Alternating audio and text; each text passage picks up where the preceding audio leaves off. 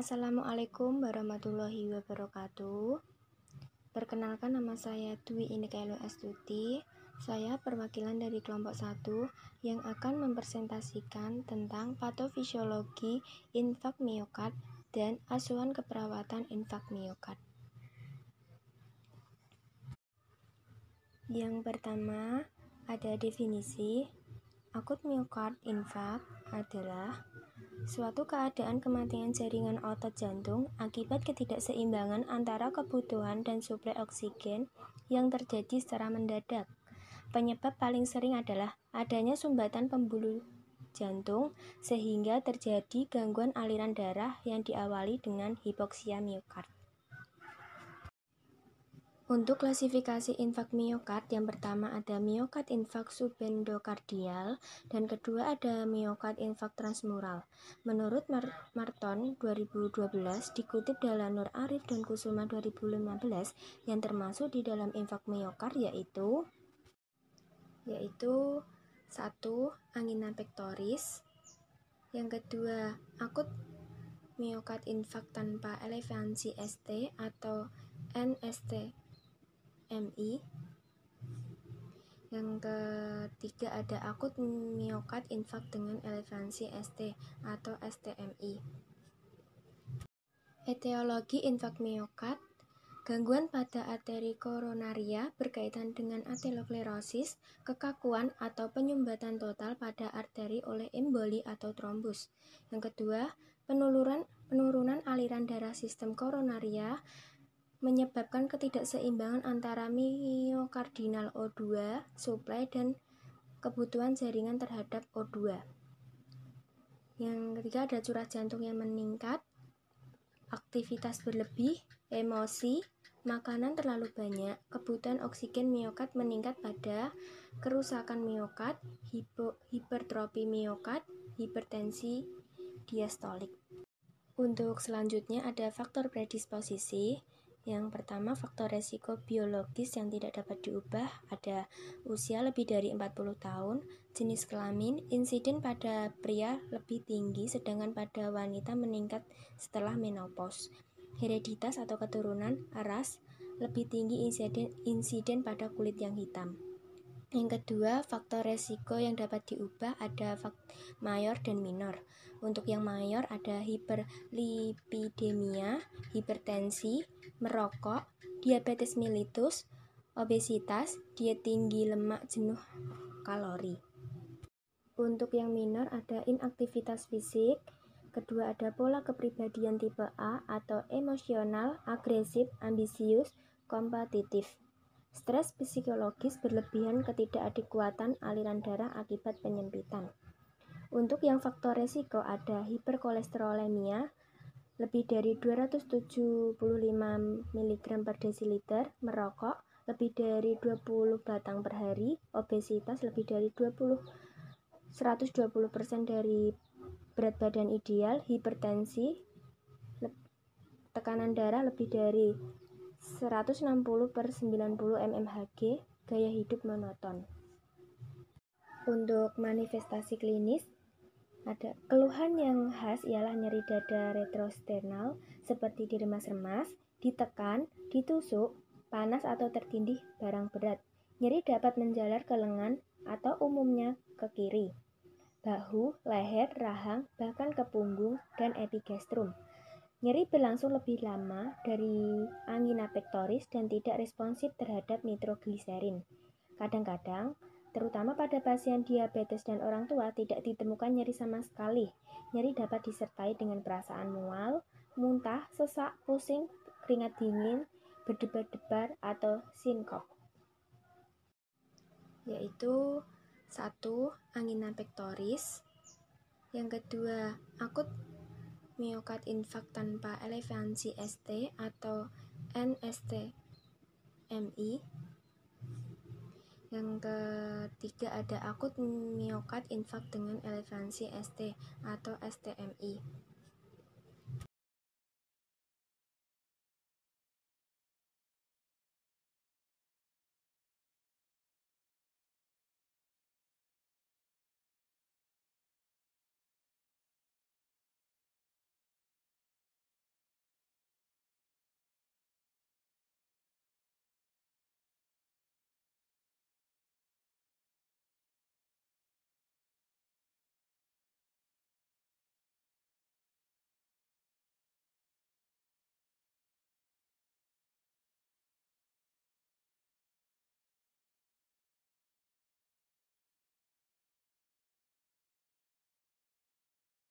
Etiologi infark miokard.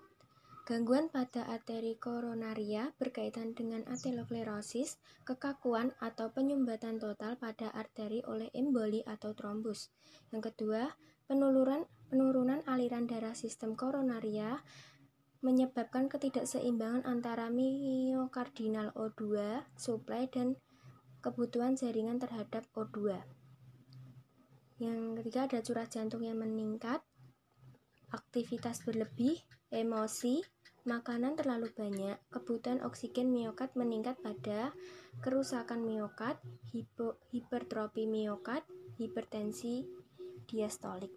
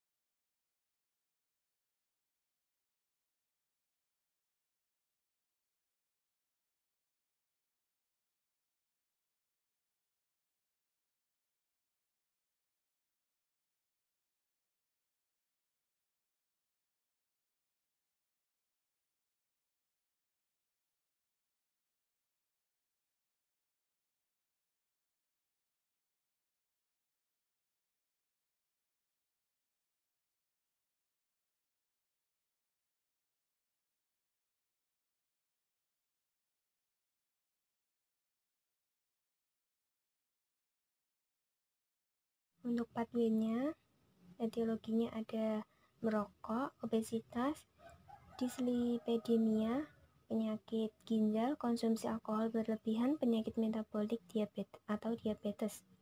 merokok. Merokok ini dapat menyebabkan hipernikotinemia.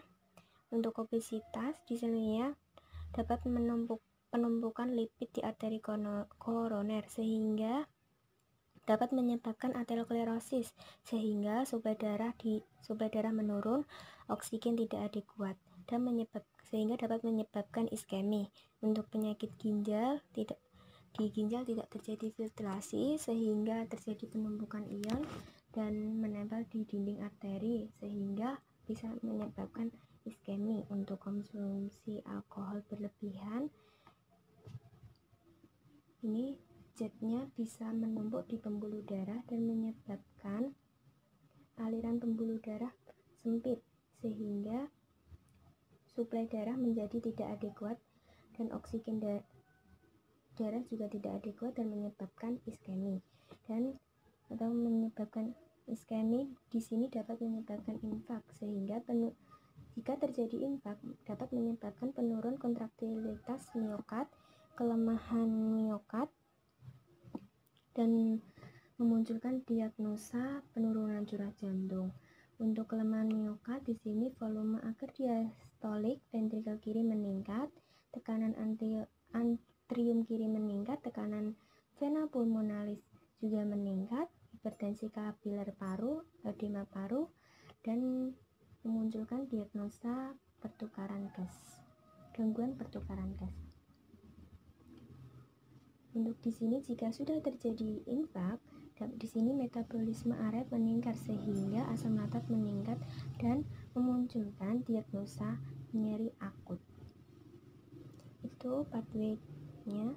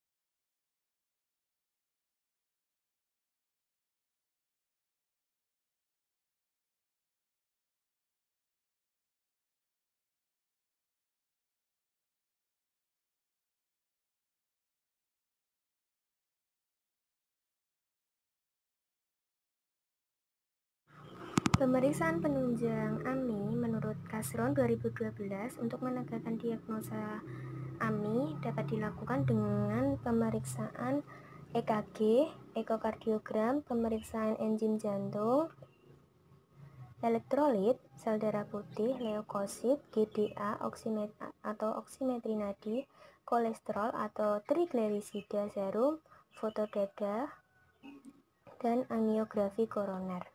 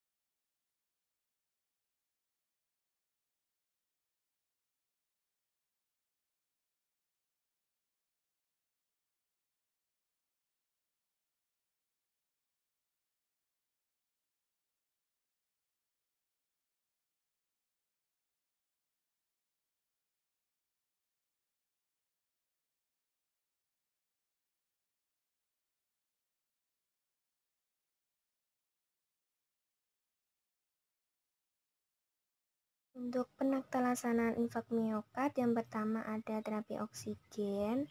Di sini diberikan untuk menurunkan perluasan daerah iskemik. Yang kedua ada Digishock. Untuk diet dapat diberikan diet lunak dan rendah garam.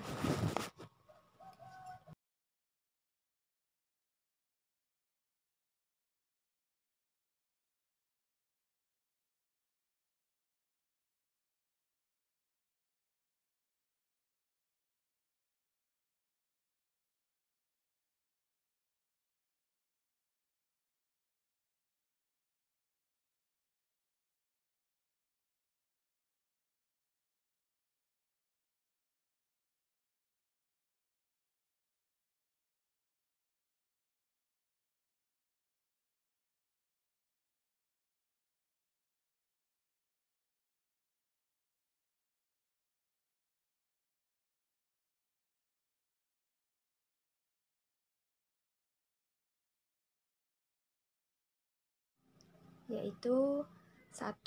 Angina pectoris, yang kedua akut miokard infark tanpa elevansi ST atau NSTMI, yang ketiga ada akut miokard infark dengan elevansi ST atau STMI.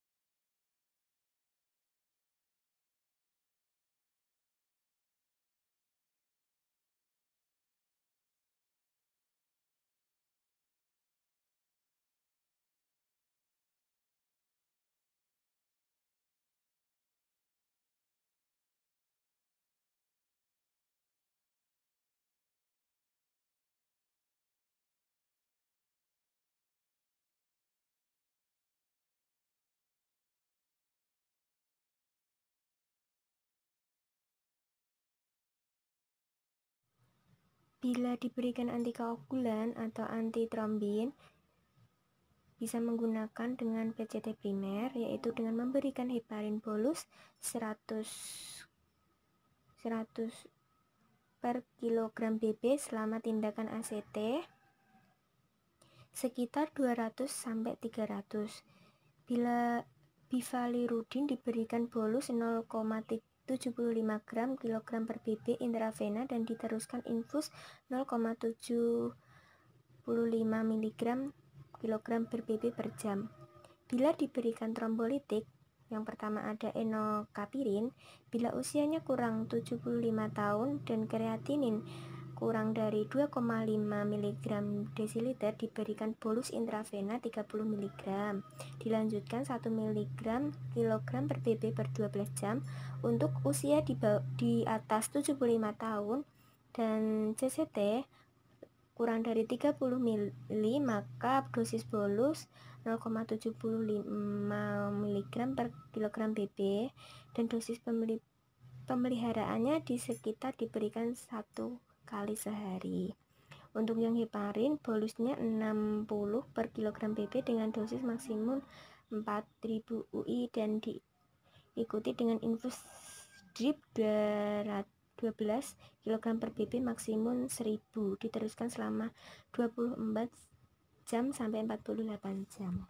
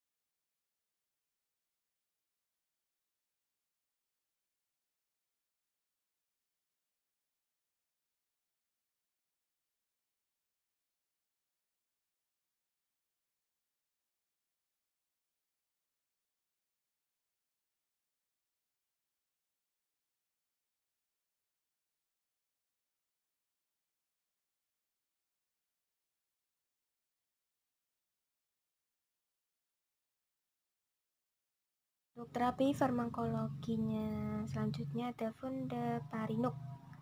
Diberikan 2,5 mg bolus intravena.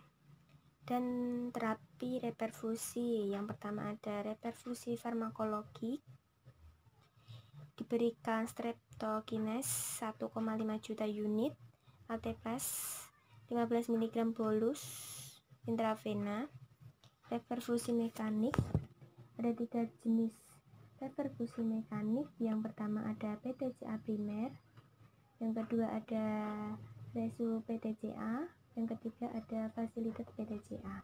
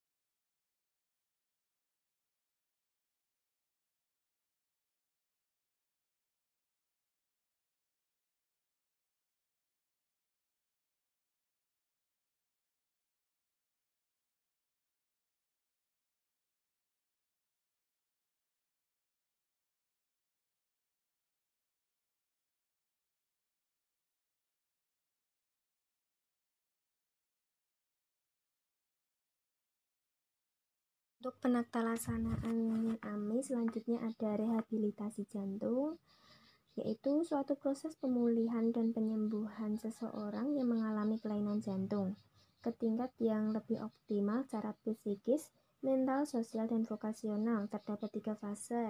Untuk fase pertama, untuk mengembalikan kondisi, yaitu mengatasi akibat negatif dari tirah baring yang disebabkan karena sakitnya dan karena tindakan pembedahan yang lamanya sekitar 7 sampai 14 hari.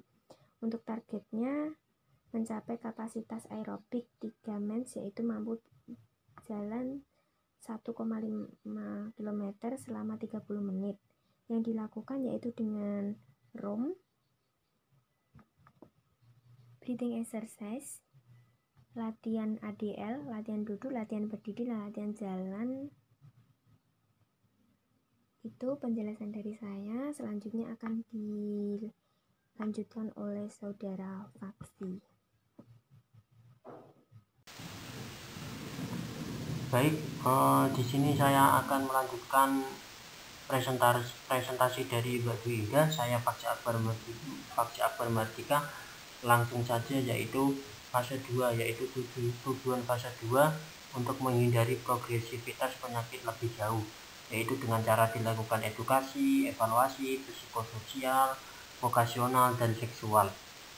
Kemudian ada target fase 2, yaitu mencapai kapasitas aerobik. Kemudian yang dikerjakan pada fase 2 yaitu dengan cara latihan jalan dengan dosis yang meningkat hingga mencapai 3 km selama 30 menit. Kemudian fase 3 yaitu tujuannya pemeliharaan, yaitu memelihara hasil yang dicapai supaya tidak mundur, kemudian mencegah progresivitas, memberikan latihan dan pengaturan diet. Kemudian target pada fase 3 ini yaitu mencapai kapasitas aerobik 6-8, yaitu mampu jalan 3-4 km selama 30. Kemudian yang dikerjakan pada fase 3 yaitu dengan cara latihan jalan dengan dosis yang meningkat hingga mencapai 3-4 km selama 30 menit, latihan sepeda 15 tanpa beban.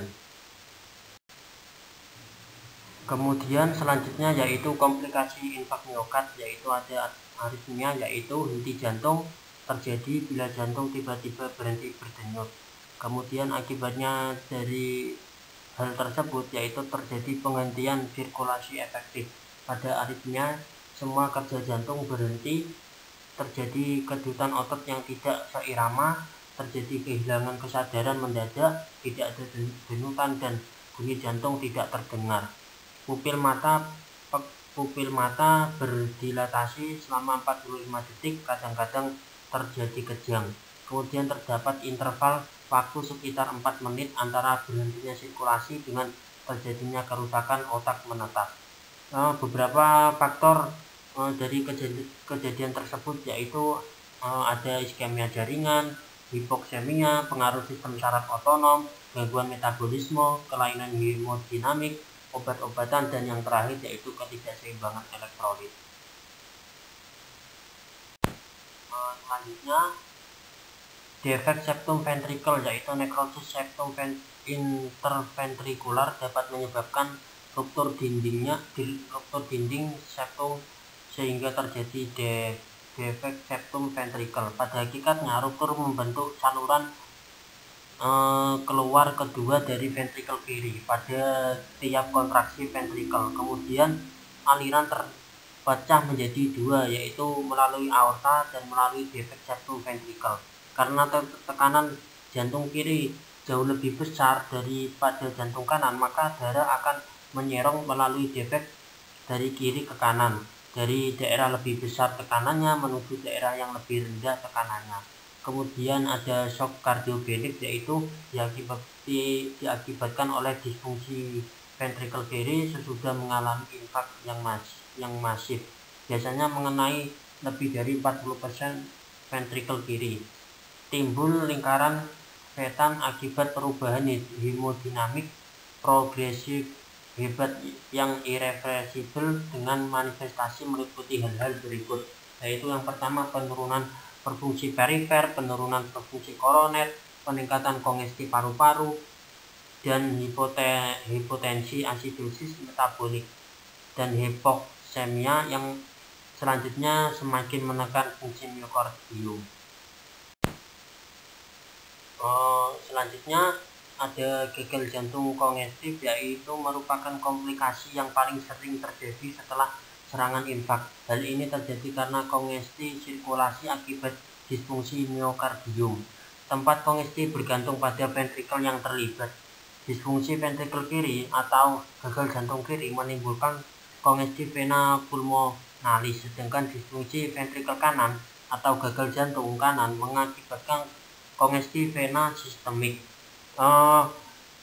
Kemudian perikarditis, yaitu infak transmural, dapat membuat lapisan epikardium yang langsung berkontak dan menjadi kasar sehingga merangsang permukaan perikardium dan menimbulkan reaksi peradangan. Kadang-kadang terjadi efusi perikardial atau penimbunan cairan antara kedua lapisan. Penimbunan cairan ini biasanya tidak sampai menyebabkan terjadinya tamponade jantung. Kemudian disfungsi otot papilaris, yaitu disfungsi iskemik atau ruptur nekrotik otot papilaris akan mengganggu fungsi katup mitralis sehingga memungkinkan eversi daun katup ke dalam atrium selama sistolik. Inkompetensi katup mengakibatkan aliran retrograd dari ventrikel kiri ke dalam atrium kiri dengan dua akibat, yaitu pengurangan aliran ke aorta serta peningkatan kongesti pada atrium kiri dan vena pulmonalis. Selanjutnya, edem paru akut adalah timbunan cairan abnormal dalam paru, baik di rongga intersisial maupun dalam alveoli. Edem paru merupakan tanda adanya kongesti paru tingkat lanjut, di mana cairan mengalami kebocoran melalui dinding kapiler, merembus keluar dan menimbulkan disritmia yang sangat besar. Kongesti paru terjadi jika dasar vaskuler paru menerima darah yang berlebihan dari ventrikel kanan yang tidak mampu diakomodasi dan diambil oleh jantung kiri. sedikit ketidakseimbangan antara aliran masuk pada sisi kanan dan aliran keluar pada sisi kiri jantung tersebut mengakibatkan konsekuensi yang berat. Kemudian ruptur jantung, yaitu ventrikel jantung yang bebas dapat terjadi pada awal perjalanan infak selama fase pembuangan jaringan nekrotik sebelum pembentukan parut dinding nekrotik yang tipis pecah sehingga terjadi perdarahan terjadi ke dalam kantong perikardium yang relatif tidak elastis dapat berkembang. Selanjutnya aneurisma ventrikel, yaitu penonjolan myokardium paradoks yang bersifat sementara. Kemudian ada tromboembolisme, yaitu nekrosis endotel ventrikel akan membuat permukaan endotel menjadi kasar yang merupakan predisposisi pembentukan trombus. Pecahan trombus mural intrakardium dapat terlepas dan terjadi embolisasi sistemik. Selanjutnya bab 3, yaitu asuhan keperawatan. Orian kasusnya Tuan H dengan diagnosa medis infak miokard akut, usia 50 tahun, beragama Islam. Klien tinggal di Gempol, Pasuruan. Klien bekerja sebagai sopir dengan pendidikan terakhir SD. Klien menikah dengan Nyonya T dan dikaruniai 2 orang anak. Klien pada tanggal 27 Desember klien masuk rumah sakit pada tanggal 27 Desember 2019 di ruang Melati RSUD Bangil. Ruang rawat atau kelas yaitu mawar, diagnosa medisnya stemi anterior, no rekam medis 0038 IPP. Keluhan utama, pasien mengatakan nyeri dada sebelah kiri menjalar ke punggung. Pasien mengatakan saat di rumah mengeluh nyeri dada sebelah kiri kemudian hilang saat dipakai istirahat. Pada tanggal 27 Desember 2018 saat bekerja, pasien merasakan nyeri kembali di bagian dada sebelah kiri dan sesak. Pada pukul 20.00 WIB, pasien dibawa ke IGD RSUD Bangil dan diberikan tindakan pemasangan masker 10 liter per menit. Kemudian pukul 21.00 WIB, pasien dipindahkan ke ruang Melati. Pada saat pengkajian, pasien mengatakan nyeri dada sebelah kiri menjalar ke punggung, seperti diremas-remas dengan skala 6 dan nyeri hilang timbul. Pasien mengatakan tidak pernah memiliki riwayat penyakit seperti HT dan DM. Kemudian tidak pernah melakukan operasi dan tidak memiliki alergi makanan atau obat. Pasien mengatakan tidak mempunyai riwayat penyakit keturunan. Pasien mengatakan sering mengikuti acara di lingkungan rumah seperti pengajian. Pasien mengatakan sering begadang saat masuk malam di tempat kerja dan jarang melakukan olahraga. Saat dilakukan pemeriksaan, keadaan umumnya lemah. Kemudian tanda-tanda vitalnya tekanan darah 130/80 mm air laksa, kemudian skalanya suhunya 36 derajat Celcius, nadinya 100 kali per menit, RR 28 kali per menit, irama nafas tidak teratur dengan jenis dyspnea, terdapat suara nafas wheezing. Pasien mengatakan sesak dan letih setelah beraktivitas. P-nya yaitu pasien nyeri timbul saat beraktivitas, kualitasnya nyeri seperti diremas-remas. Region yaitu nyeri dada sebelah kiri menjalar ke punggung, skalanya 6. Kemudian time-nya yaitu waktu nyeri hilang timbul. Lain-lain ada hasil lab yaitu sebagai berikut, mungkin bisa dibaca. Kemudian pengajian, data diambil pada tanggal 27 Desember 2018, jamnya 21.00, tanggal masuk rumah sakit 27 Desember 2018, ruang rawat atau kelas mawar, diagnosa medis infak miokard akut. Kemudian no rekam medisnya, pengkajian primer, RW-nya terdapat suara nafas wheezing. breathingnya yang napas tidak teratur dengan jenis dyspnea, terdapat retraksi otot bantu pernapasan menggunakan alat bantu napas 10 liter per menit. Kemudian pasien mengatakan dada sebelah kiri dan sesak, RR-nya 28 kali per menit.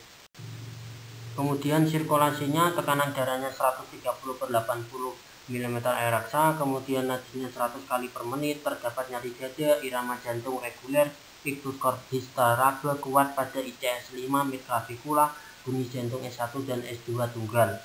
CRT-nya kurang dari 3 detik, tidak terdapat cyanosis, tidak terdapat clubbing finger.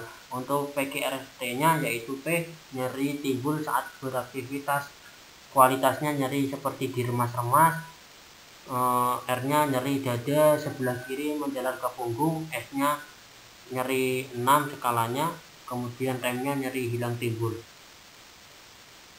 Kemudian hasil labnya mungkin bisa dibaca. Kemudian lanjut ke disability, yaitu kesadaran kompos mentis dengan GCS 15, orientasi baik, tidak terdapat kaku kejang dan kaku duduk, tidak ada nyeri kepala dan tidak ada kelainan nervus kranialis.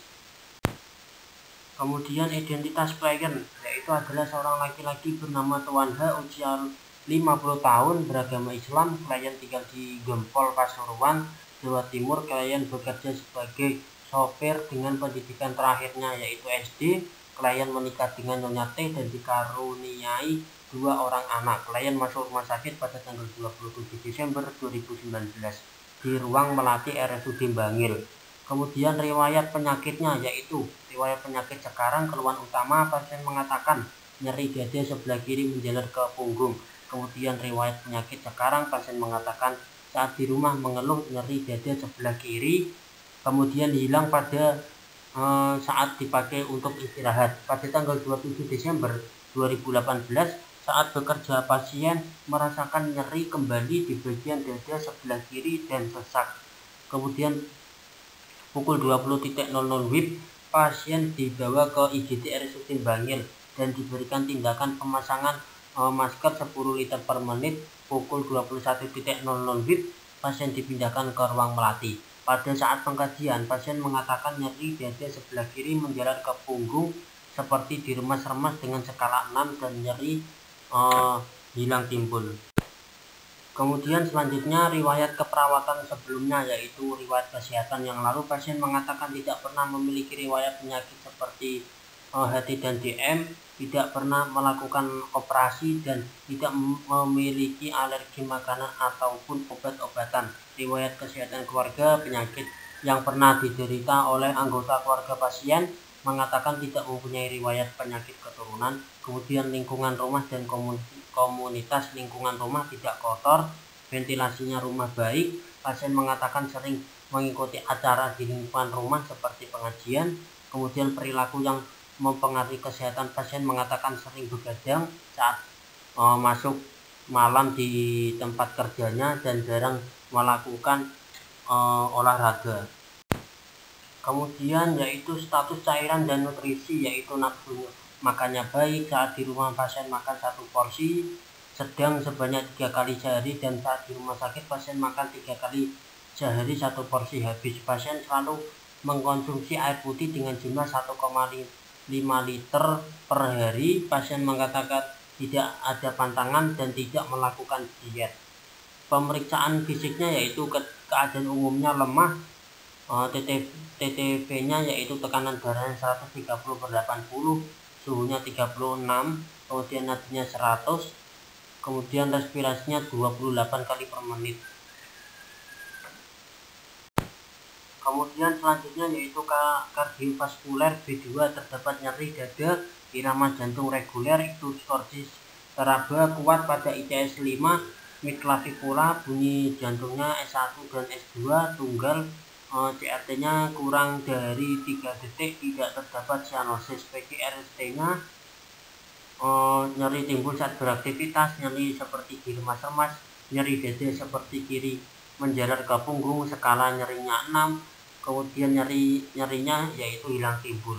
Untuk hasil lain-lainnya yaitu mungkin bisa dibaca. Kemudian persarafan B3 yaitu kesadaran kompos mentis dengan BCS 5, orientasinya baik, tidak terdapat kaku kejang dan kaku kutub, tidak ada nyeri kepala dan tidak ada kelainan nervus kranialis. Kemudian selanjutnya yaitu genitourinaria, yaitu bentuk alat kelaminnya normal dan bersih, kemudian terpasang kateter dengan jumlah 1300 per 24 jam dengan warna kuning dan bau khas.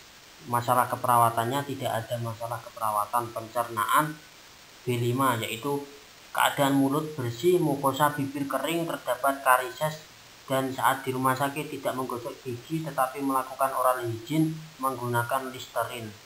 Kemudian muskuloskeletal dan integumen B6 yaitu tidak terdapat fraktur, tidak ada dislokasi, akral pucat, turgor kulit baik, tidak ada odem, dan kekuatan ototnya yaitu 5. Penginderaan B7 yaitu pada mata tidak menggunakan alat bantu penglihatan dan pasien bisa melihat dengan jelas. Konjungtivanya anemis, sklera putih, ketajaman penciuman normal, dan tidak ada sekret dan mukosa hidung lembab.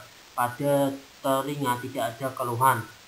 Perasa normal, bisa merasakan manis, pahit, asam, dan asin. Kemudian yaitu endokrin. Pada pasien tidak ada pembesaran kelenjar tiroid dan tidak ada pembesaran kelenjar parotis, tidak terdapat luka gangren. Data psikososialnya, pasien mengatakan merasa bangga terhadap tubuhnya karena pasien merasa sempurna dengan apa yang diberikan oleh Allah Subhanahu wa Ta'ala. Pasien sebagai kepala keluarga dan sebagai kakek merasa sangat puas terhadap status dan posisinya di dalam keluarga. Pasien sudah mampu menjadi ayah dari anak-anaknya, tetapi saat sakit tidak bisa mencari uang. Harapan pasien ingin cepat sembuh dan bisa cepat pulang untuk berkumpul dengan anggota keluarganya dan menganggap bahwa penyakit yang dideritanya merupakan ujian dari Allah dan memasrahkan semua kepada tim medis untuk melakukan yang terbaik bagi kesembuhan pasien. Selama di rumah sakit, pasien sering dijenguk oleh keluarga dan hubungan pasien dengan keluarga sangat baik. Untuk data spiritualnya yaitu keluarga pasien mengatakan bahwa pasien adalah pemeluk agama Islam yang taat beribadah selama di rumah dan di rumah sakit, dan pasien yakin akan sembuh dari penyakitnya.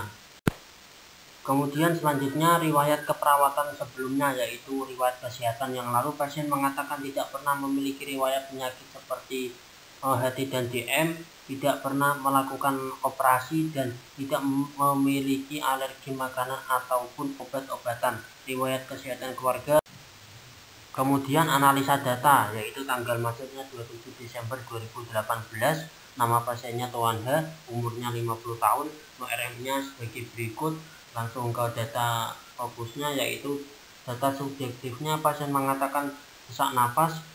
Kemudian data objektifnya keadaan umum lemah, kemudian GCS-nya 456 dengan jumlah 15, tekanan darahnya 130/80, nadinya 100 kali per menit, RR-nya 28 kali per menit, suhunya 36 derajat Celcius, kemudian nafas tidak teratur, terdapat suara nafas tambahan wheezing, terdapat otot bantu pernafasan. Etiologinya yaitu keletihan otot pernafasan. Problemnya ketidakefektifan pola nafas. Untuk slide selanjutnya yaitu 35 sampai selesai akan dilanjutkan oleh Mas Aan Sofyan. Terima kasih. Diagnosa yang kedua adalah sebagai berikut. Data subjektifnya, pasien mengatakan nyeri dada sebelah kiri dan menjalar ke punggung seperti diremas-remas. Skala nyeri 6, terasa nyeri saat beraktivitas dan istirahat. Data objektif, pasien tampak menyeringai. Yang kedua, pasien tampak memegangi dadanya. Yang ketiga, pasien terlihat waspada. Yang keempat, tanda-tanda vital, tekanan darah 130/80 mm Hg, nadi 100 kali per menit, pernafasan 20 kali per menit, suhu 36 derajat Celcius. Untuk etiologinya adalah iskemia jaringan miokard untuk problem nyeri akut.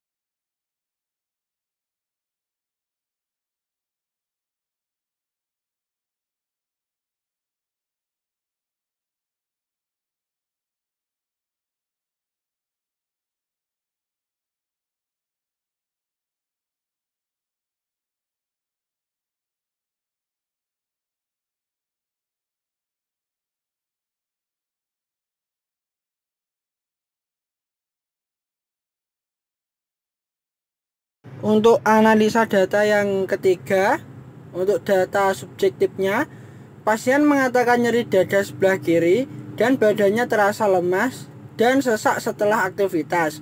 Untuk data objektifnya, pasien tampak lemah.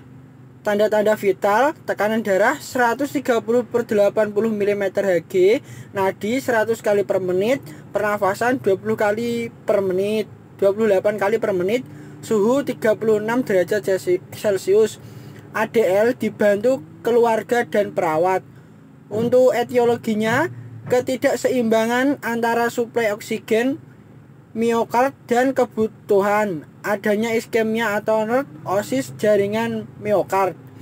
Untuk problem intoleransi aktivitas.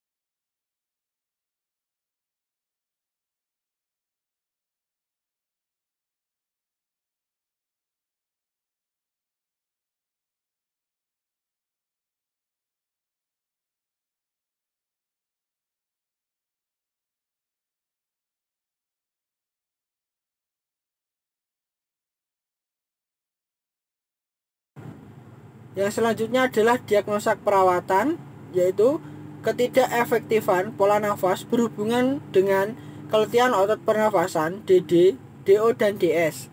Yang kedua, nyeri akut berhubungan dengan iskemia jaringan miokard DD, DO, dan DS. Yang ketiga, intoleransi aktivitas berhubungan dengan ketidakseimbangan antara suplai oksigen miokard dan kebutuhan adanya iskemia atau nekrosis jaringan miokard DD, DO, dan DS.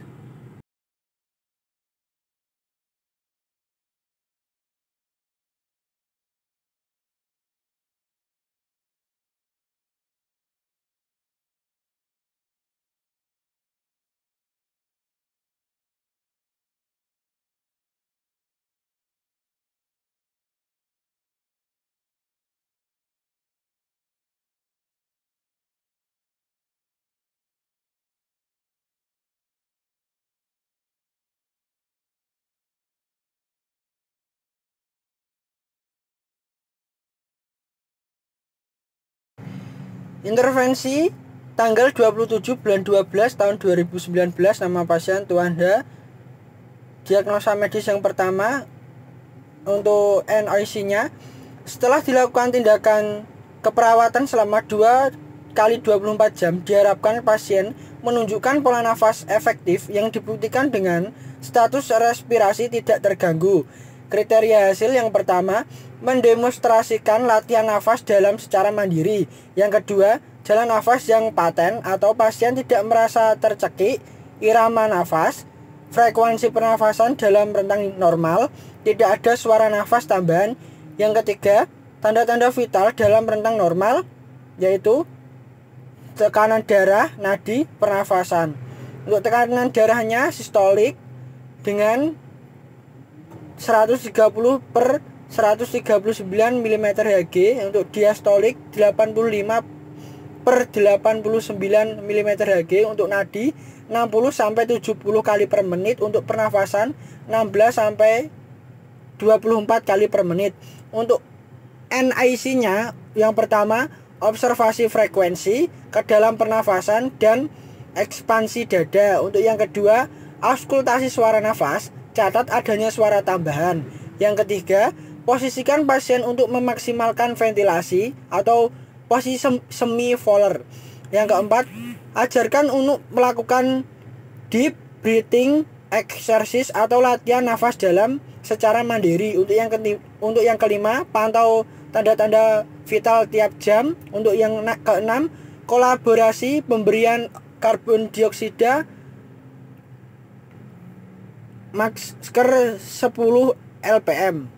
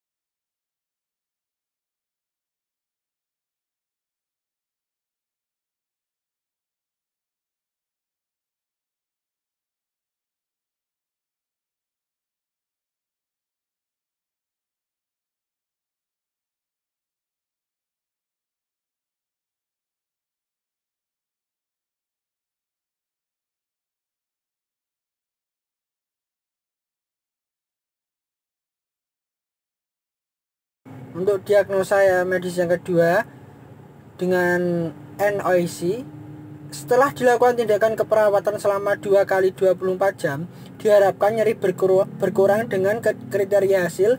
Yang pertama, mampu mengontrol nyeri atau tahu penyebab nyeri, mampu menggunakan teknik non-farmakologi untuk mengurangi nyeri. Yang kedua, pasien tampak tidak memegang daerah yang nyeri. Yang ketiga, skala nyeri menjadi 1-3 atau ringan. Untuk yang keempat, pasien tampak rileks. Untuk yang kelima, tanda-tanda vital dalam rentang normal. Untuk NIC, yang pertama, bina hubungan saling percaya. Yang kedua, lakukan pengkajian nyeri secara komprehensif. termasuk lokasi, karakteristik, durasi, frekuensi, kualitas, dan faktor presipitasi. Untuk yang ketiga, ajarkan tentang teknik non-farmakologi seperti distraksi dan relaksasi. Untuk yang keempat, kolaborasi pemberian analgetik untuk mengurangi nyeri.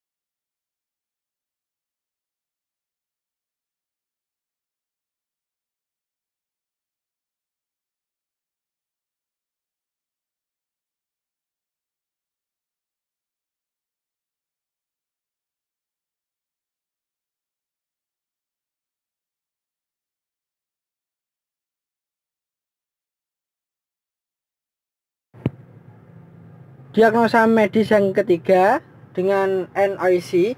Setelah dilakukan tindakan keperawatan selama 2 kali 24 jam, diharapkan pasien mampu bertoleransi dengan aktivitas kriteria hasil. Yang pertama, berpartisipasi dalam aktivitas fisik tanpa disertai peningkatan tekanan darah, nadi, dan pernafasan. Untuk yang kedua, mampu melakukan aktivitas sehari-hari secara mandiri. Untuk yang ketiga, mampu berpindah dengan atau bantuan alat. Untuk yang keempat, status respirasi, pertukaran gas dan ventilasi adekuat. Untuk yang kelima, sirkulasi status baik. Untuk NIC, yang pertama, motivasi pasien untuk melakukan tirah baring. Untuk yang kedua, batasi aktivitas yang menyebabkan nyeri dada atau respon jantung yang buruk. Berikan aktivitas pengalihan yang bersifat non-stres. Untuk yang ketiga, instruksikan pasien untuk menghindari peningkatan tekanan abdominal, misalnya mengejan saat buang air besar. Untuk yang keempat, jelaskan pola peningkatan tingkat aktivitas, misalnya bangun untuk pergi ke toilet atau duduk di kursi, ambulasi progresif, dan beristirahat setelah makan.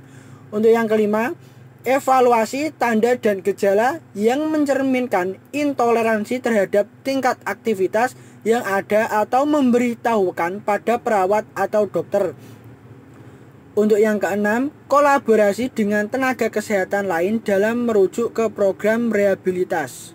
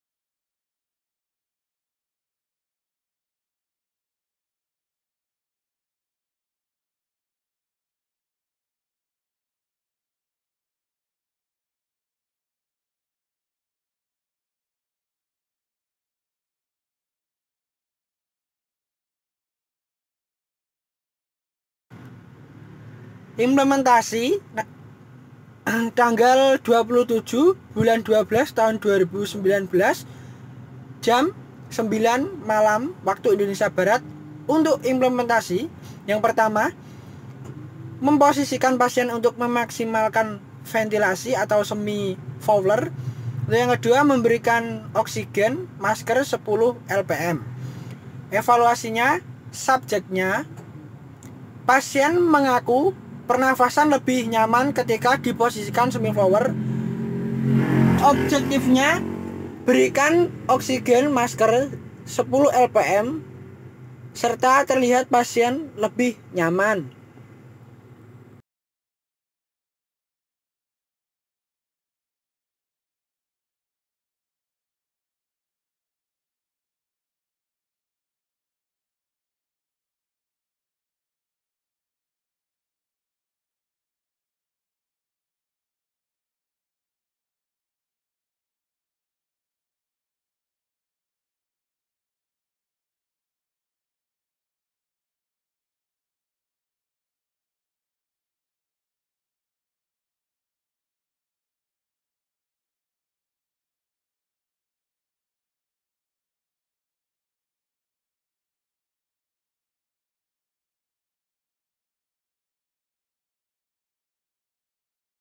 Untuk tindakan yang kedua dilakukan pukul 9:10 waktu Indonesia Barat. Untuk implementasinya, mengauskultasi suara nafas. Untuk evaluasinya, subjektifnya, pasien mengatakan nafas sesak. Untuk objektifnya, terdapat suara wheezing. Untuk tindakan yang ketiga dilakukan pada tanggal 28 bulan 12 tahun 2019 pukul 7:20 waktu Indonesia Barat. Untuk implementasinya, observasi frekuensi yang selanjutnya kedalaman pernafasan dan ekspansi dada. Untuk evaluasinya, subjektifnya, pasien mengatakan sesak nafas. Untuk objektifnya, pergerakan dada simetris, terdapat pemakaian otot bantu pernafasan dan pola pernafasan cepat dan dangkal. Untuk pernafasan 25 kali per menit.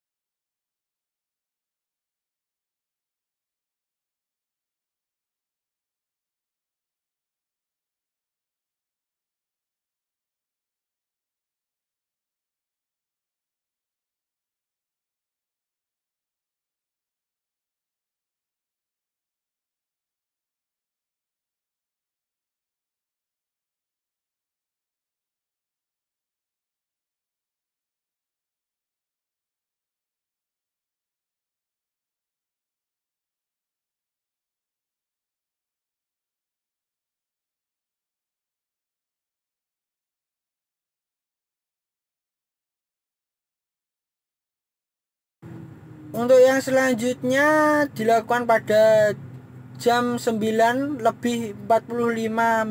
waktu Indonesia Barat. Untuk implementasinya, mengajarkan untuk melakukan deep breathing exercise atau latihan nafas dalam secara mandiri. Untuk subjektifnya, pasien mengatakan paham dengan penjelasan perawat.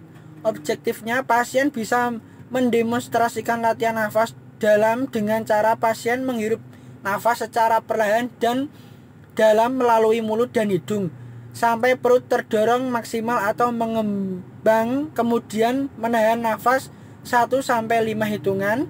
Selanjutnya menghembuskan udara secara lambat melalui mulut.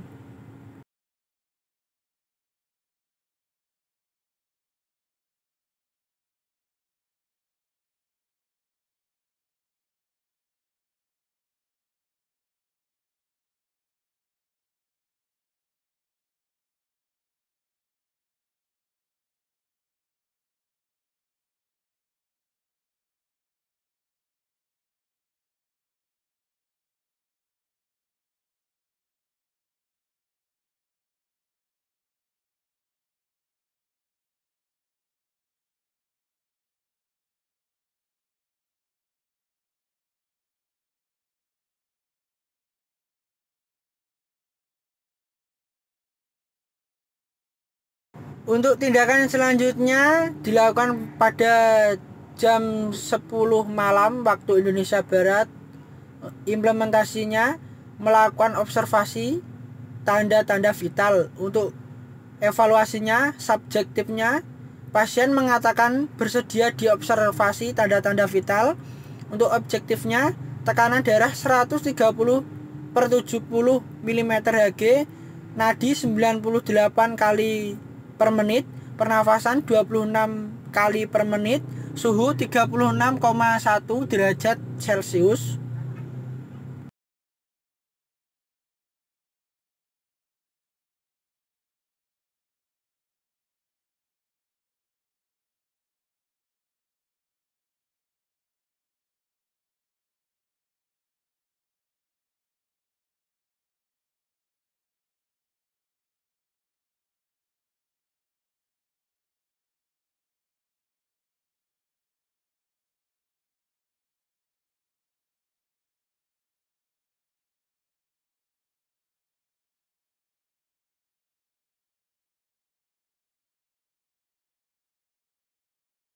Untuk yang selanjutnya dilakukan pada tanggal 28 bulan 12 tahun 2019 pukul 7 lebih 50 menit waktu Indonesia Barat.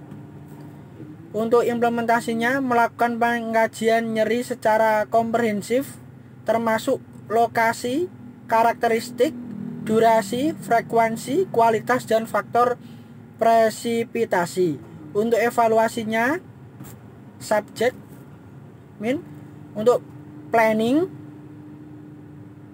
nyeri timbul saat aktivitas nyeri sama dengan nyeri seperti di remas-remas. Untuk R-nya nyeri di dada sebelah kiri dan menjalar ke punggung. Untuk S-nya skala nyeri 4. Untuk T-nya nyeri hilang timbul. Untuk objektifnya pasien terlihat sesekali menahan nyeri.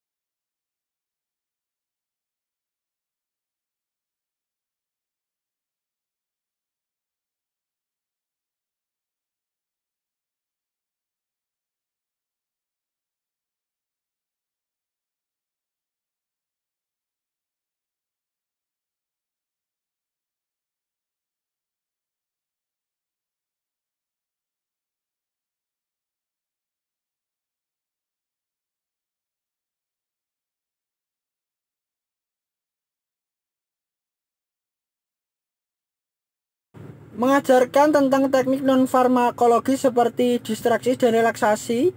Untuk evaluasinya, pasien mengatakan lebih rileks setelah distraksi dan relaksasi imajinasi terbimbing. Untuk objektifnya, pasien mampu melakukan arahan dari perawat. Untuk tindakan yang ketiga, tanggal 27 bulan 12 tahun 2019 pukul 8 lewat lebih 15 waktu Indonesia Barat.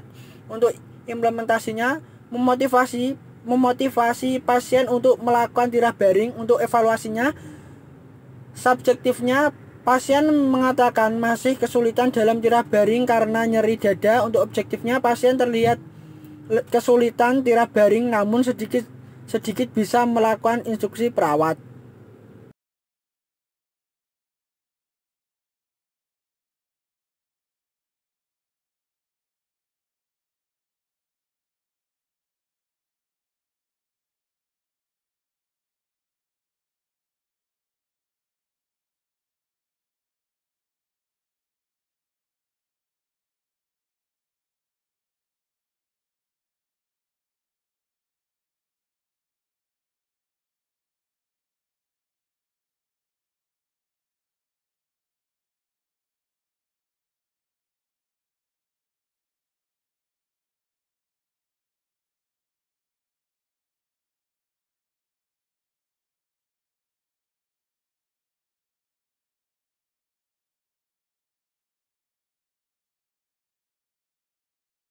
Tindakan selanjutnya pukul 8:25 waktu Indonesia Barat. Implementasinya membatasi aktivitas yang menyebabkan nyeri dada atau respon jantung yang buruk. Evaluasinya, subjektifnya, pasien mengatakan paham mengenai aktivitas yang harus dibatasi. Untuk objektifnya, pasien bisa menjawab respon sederhana yang ditanyakan perawat.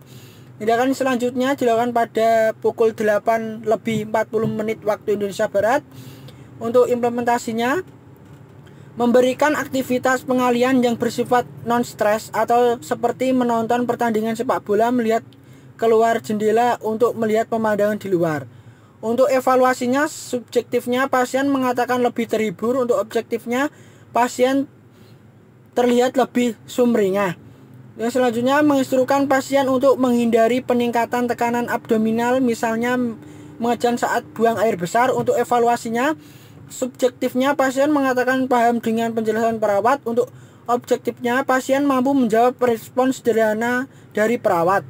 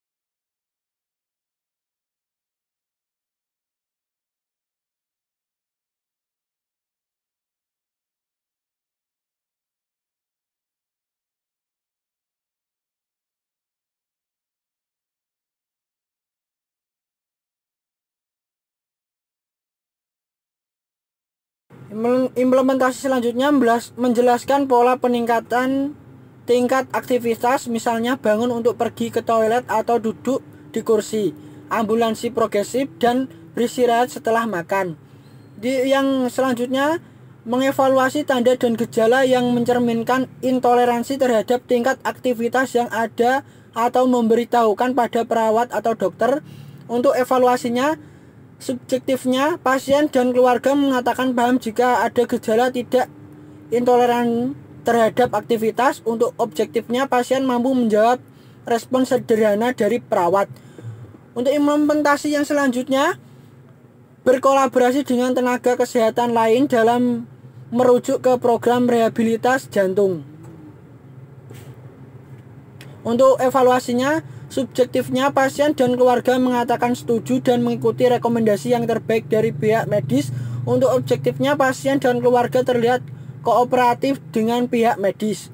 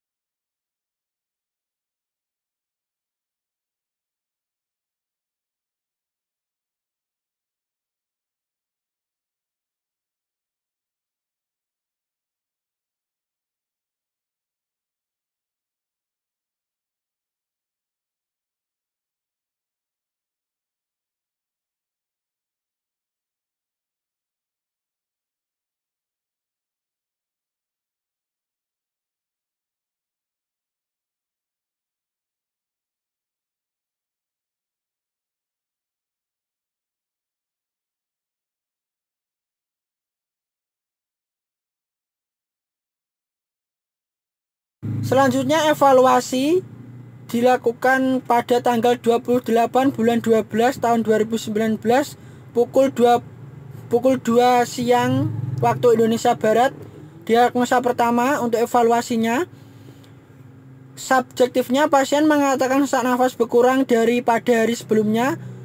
Objektifnya, pernafasan 25 kali per menit, wheezing masih terdengar, pasien masih diberikan terapi oksigen.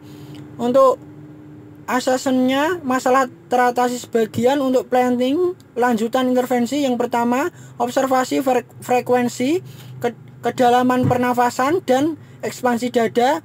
Untuk yang kedua, auskultasi suara nafas, catat adanya suara tambahan. Yang ketiga, posisikan pasien untuk memaksimalkan ventilasi. Yang keempat, anjurkan untuk melakukan deep breathing exercise. Untuk yang kelima, pantau tanda-tanda vital tiap jam.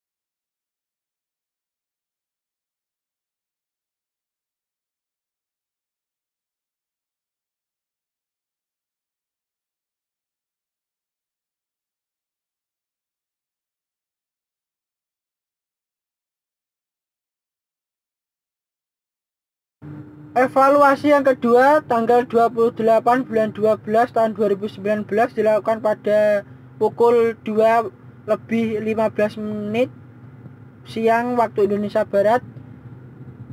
Diagnosa yang kedua, untuk evaluasinya, untuk subjektifnya,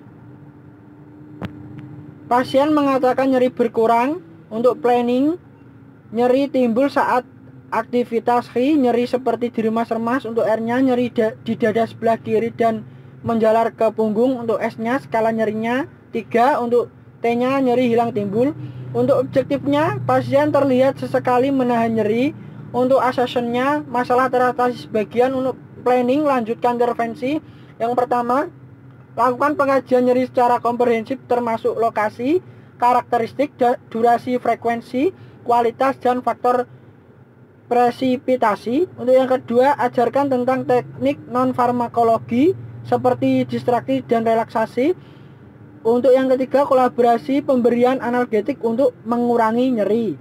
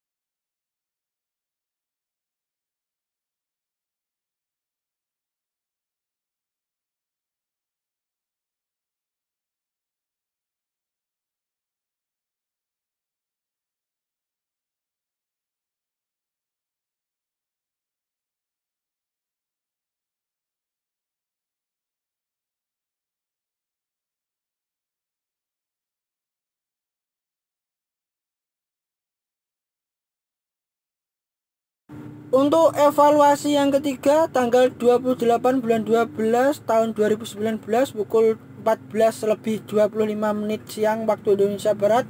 Diagnosa yang ketiga, subjektifnya pasien mengatakan mulai bisa menjalankan aktivitas sedikit-sedikit karena skala nyeri yang dirasakan berkurang, serta pasien mengatakan masih belum terbiasa dengan aktivitas yang terbatas karena kondisi yang sekarang. Untuk objektifnya, pasien terlihat aktivitas sehari-hari masih dibantu orang lain. Asesmennya masalah teratasi sebagian. Untuk planning, lanjutkan intervensi. Yang pertama, batasi aktivitas yang menyebabkan nyeri dada atau respon jantung yang buruk. Berikan aktivitas pengalihan yang bersifat non-stres. Yang kedua, instruksikan pasien untuk menghindari peningkatan tekanan abdominal misalnya mengejan saat buang air besar. Yang ketiga, jelaskan pola peningkatan tingkat aktivitas, misalnya bangun untuk pergi ke toilet atau duduk di kursi, ambulansi progresif, dan beristirahat setelah makan. Yang keempat, evaluasi tanda dan gejala yang mencerminkan intoleransi terhadap tingkat aktivitas yang ada atau memberitahukan pada perawat atau dokter.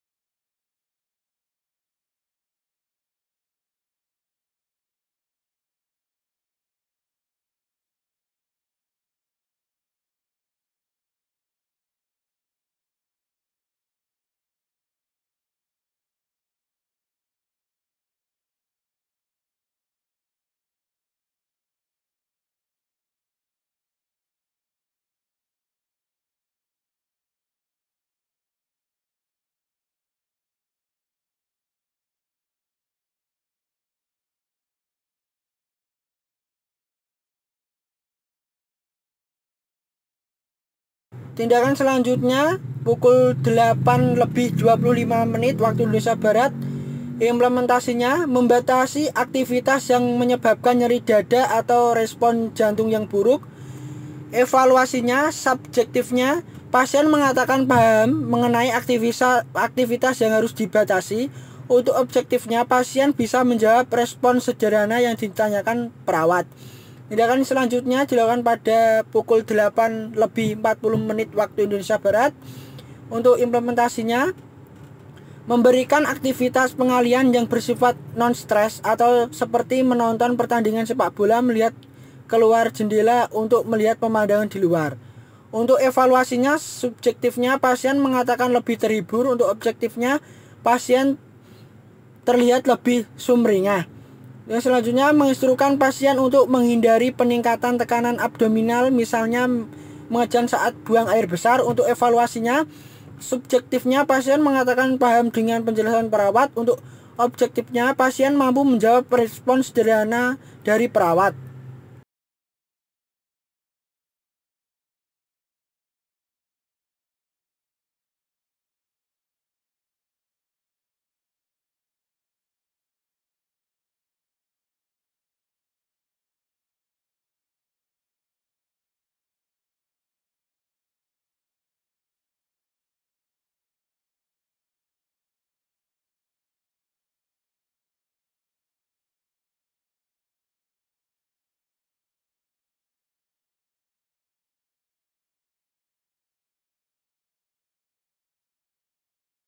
Baik, terima kasih. Sekian yang bisa kami sampaikan kepada teman-teman. Apabila ada kekurangan, mohon maaf yang sebesar-besarnya. Wassalamualaikum warahmatullahi wabarakatuh.